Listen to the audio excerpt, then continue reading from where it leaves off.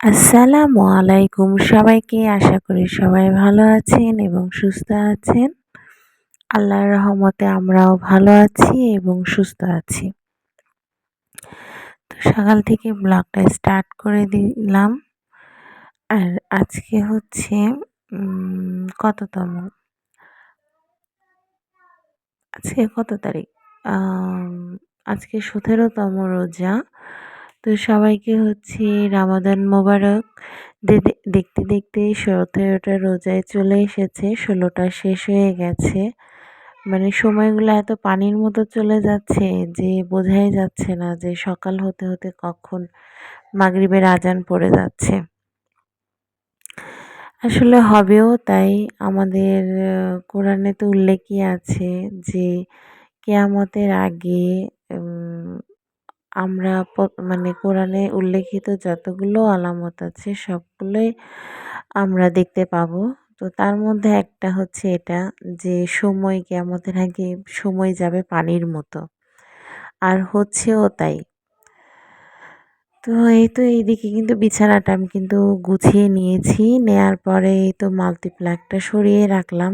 আর প্রতিদিন খাটের ওখানে রাখার কারণ হচ্ছে আমার হাসব্যান্ড হচ্ছে মানে যেহেতু রাতে ফোন চার্জ দেয়, তো হচ্ছে ফোনে মানে ওদের কাজই হচ্ছে নেটওয়ার্কিং নিয়ে। তো দেখা যায় যে ফোনটা বেশি ইউজ করে।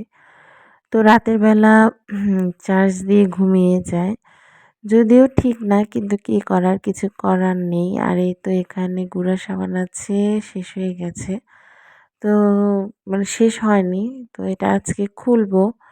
আর এখানে তো টেবিলটা গুছিয়ে নিচ্ছি। কারণ সকালে উঠে আসলে এলোমেলো জিনিস দেখলেই মাথা নষ্ট হয়ে যায়। আর এই যে তরকারির ঝোল পড়ে টেবিলের এই ইয়াতে হলুদ হয়ে গেছে। তো এটাকে আবার ওয়াশ করতে হবে। যদিও বেশি দিন হয়নি। সপ্তাহখানেক হচ্ছে পরিষ্কার করা, আবার করতে হবে।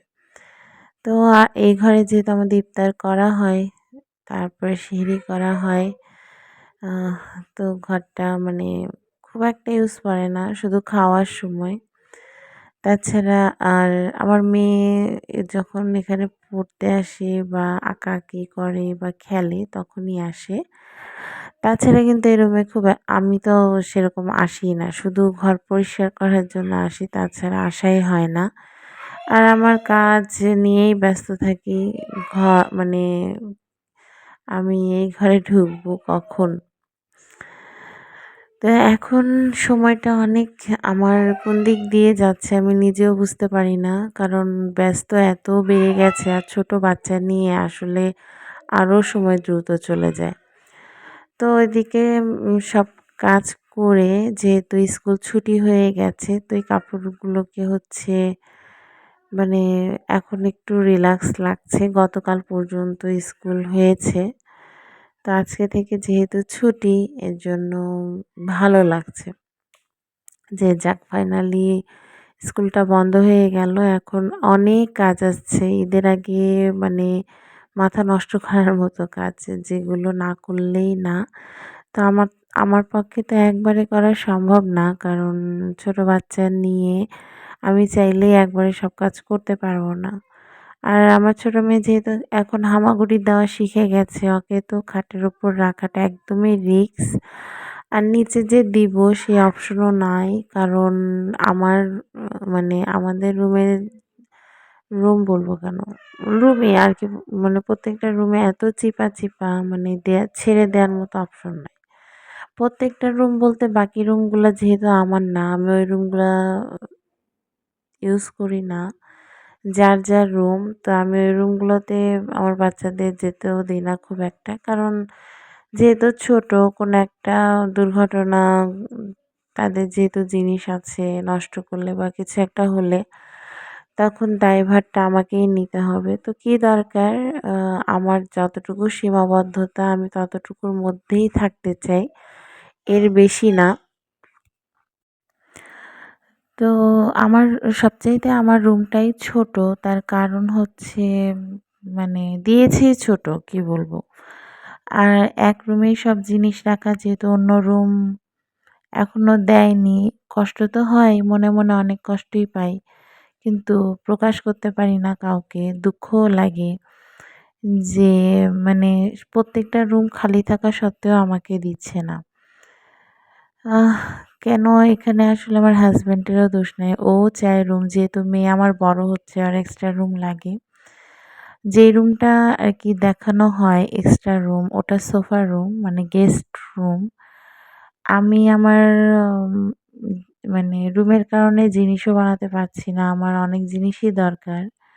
বাচ্চারা বড় হয়ে গেলে তখন কিন্তু চাইলেও অনেক জিনিস বানাতে পারবো না। কারণ খরচের কারণে। আর আমরা মধ্যবিত্ত ফ্যামিলি চাইলেই একবারে সব বানাতে পারি না। আমরা কিন্তু অল্প, অল্প করে গুছিয়ে তবেই কিন্তু জিনিসগুলো বানাই। তো সেই জিনিসটা আসলে অন্য মানে যে হচ্ছে বাড়ির মেইন, সে যদি না বোঝে তো অন্য কাউকে বুঝিয়ে লাভ নেই। তো মনের দুঃখ মনেই রাখি।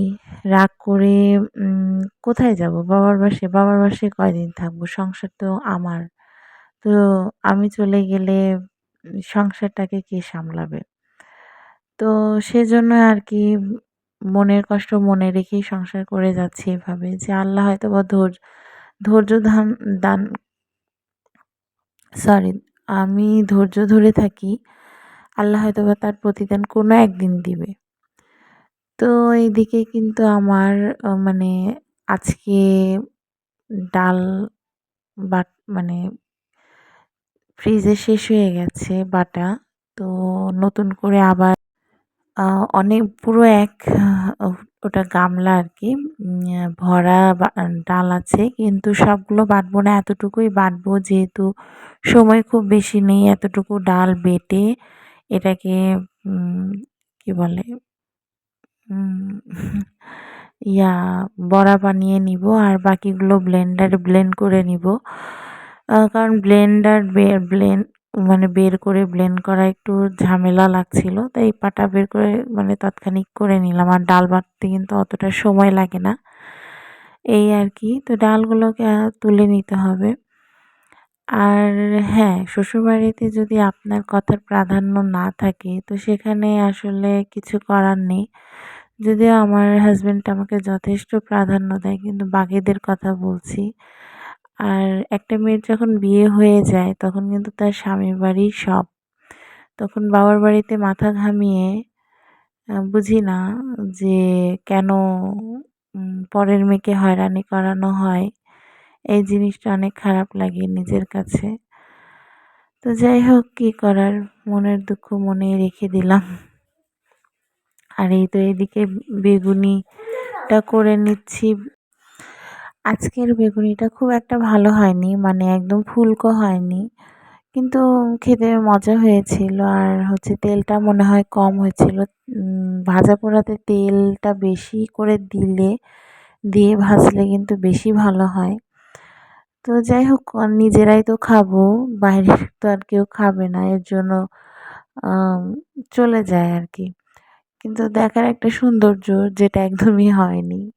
তো যাই হোক আর হ্যাঁ, যেটা বলছিলাম আ আর এইদিকে হচ্ছে এই যে তরকারিতে আলুগুলো দিয়ে নিলাম। মানে আজকে আলু, কুমড়ো বড়ি দিয়ে বড় মাছের মানে ঘন একটা ঝোল হবে। যেহেতু আমার হাসব্যান্ড পাতলা ঝোল পছন্দ করে না সেজন্য বললাম ঘন ঝোল। তো যেটা বলছিলাম আর আমার রান্নাঘরও ছিল না। যে রান্নাঘর ছিল সেখানে আমাকে রান্নাঘর করতেও দেওয়া হয়নি। পরে আমার হাসব্যান্ড আলাদাভাবে রান্নাঘরও করে দিয়েছে। তো এরকম কার এরকম এতটা কষ্ট সহ্য করতে হয় আমি জানি না। তারপরেও আল্লাহ মাশাল্লাহ দিলে আমার বড় কথা হচ্ছে যে সবচেয়ে মানে স্বামী যদি ভালো হয় তো কাউকেই লাগে না, আসলেই তাই। তো এই তো এদিকে শাক ভাজি করব, কলমি শাক। তো শাকগুলোকেও হচ্ছে সেদ্ধ তুলে দিচ্ছি। আর কিছুদিন হলো শাকটাই আমাদের বেশি খাওয়া পড়ছে। মানে ফ্রিজে আমি সবজি রাখছি না বললেই চলে। কারণ রোজার মাসে সবজি কিনে নষ্ট হবে। অত সবজি খাওয়াও হয় না। তো এদিকে শাকটা সেদ্ধ হয়ে গেছে। এখন এটাকে বাগার দিয়ে দিব। আ দিয়ে এটাকে মানে কিছুক্ষণ হালকা ভেজে নিয়ে এটাকে তুলে নিব। আমি এভাবেই শাকটা সবসময় রান্না করে থাকি আর এভাবেই মজা হয়ে মানে মজা লাগে আমার কাছে। আর যারা খেয়েছে তারাও যথেষ্ট প্রশংসা করেছে। আর এটা হচ্ছে ইফতারির পরের অবস্থা। এই তো ইফতারি করছি আর এইদিকে ২ মেয়ে কি অবস্থা। এহ আমার উম বড় মেয়ে যে এদিক তো এই তো আমার হাসব্যান্ড মানে ইফতারি করে অলরেডি চলে গেছে আর আমি এখানে বসে, বসে ইফতারি এখনো শেষই করিনি। আসলে বাচ্চা নিয়ে মায়েরা আসলে চাইলেই পারে না। ছেলেরা রিল্যাক্স অ কিছু ছেলের কথা বাদ দিচ্ছি, সবাই না। কিন্তু মেক্সিমামই দেখা যায় যে তারা তাদের মতো রিল্যাক্স ভাবে খেতে পারে। কিন্তু মেয়েরা কিন্তু তা পারে না। তো এই তো কি করব? তো ছোট মেয়েকে কাছে নিয়েই খাচ্ছি। আর এই তো খাওয়া প্রায় শেষ। এখন এগুলোকে আস্তে, আস্তে তুলে নিব। তো আর মানে ইফতারির পরে এখন মানে গরমটা কিন্তু এবার তাড়াতাড়ি পড়েছে। তো পানিটা আসলে খাওয়ার